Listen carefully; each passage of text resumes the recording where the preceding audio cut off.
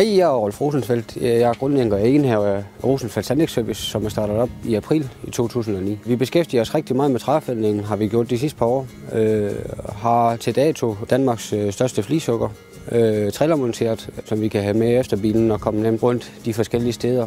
Det gør rigtig meget effektivt, når vi rydder op. Vi har nemt ved at komme af med det igen, når det hele bare bliver lavet til flis med det samme ude på stedet.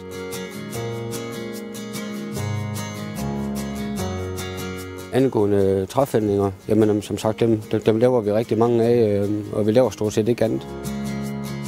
Besværlige træ er også begyndt at klatre også, så det er der rigtig mange muligheder i. Så hvis I har et træ, I skal have ned, så er det helt klart også, I skal have fat i.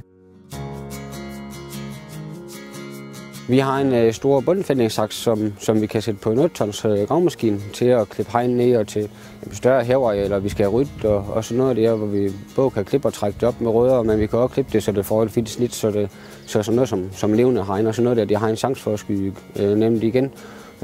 Og så er det effektivt, dels at klippe det ned, men også med hensyn til aflægningen, når vi skal have noget flisehug tilbage efter, så er det nemt at håndtere og komme til. Støvfræsning. Det er en fordel, fordi jamen, der er ikke de store mærker i haverne, efter at vi har været der. Der er det der lille hul omkring stuppen, hvorimod jamen, hvis det bliver gravet op, jamen, så er der som regel et hul på en kubikmeter, eller større eller mindre, som så bare skal hen og fyldes op med jord, og kan risikere at trække rødder med op de forskellige steder. Så derfor så en støvfræsning, det er en rigtig god idé.